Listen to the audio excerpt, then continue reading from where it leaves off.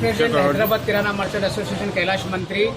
हमारी संस्था जो है वो समय समय पर व्यापारियों के, अपने व्यापार में दुकान में काम करने वाले कर्मचारियों के और आने वाले ग्राहकों की सुरक्षा के हेतु इस प्रकार से कई निर्णय लिए गए हैं। पिछले बार भी हम लोग इसी प्रकार का निर्णय लिए थे कि सामने हमारे पास में फेस्टिवल का पूरा सीजन है, जैसे कि रमज़ान है, शादी है, रामनवमी है।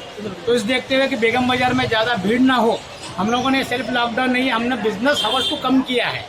सुबह का हावर्स बढ़ा के शाम के ताकि समय पर अपने प्रतिष्ठान बंद कर वो लोग, चाहे कस्टमर हो, चाहे कर्मचारी हो, चाहे व्यापारी हो, सब अपने अपने घरों पे समय पर जा सके, अपने फैमिली के साथ रह सके। क्योंकि जो हिसाब से कोरोना में बढ़ोतरी हो रही है, किराना मार्केट बेगम बाजार के अंदर भी कई केसेस पाए गए हैं व्यापारियों में, और वो लोग अभी आज के हिसाब में सब सेल्फ लॉकडाउन है, आगे ये केसेस नहीं बढ़ना है। इसलिए हम लोग ये एक निर्णय लिया है, सब व्यापारियों की सहमति से निर्णय लिया गया है।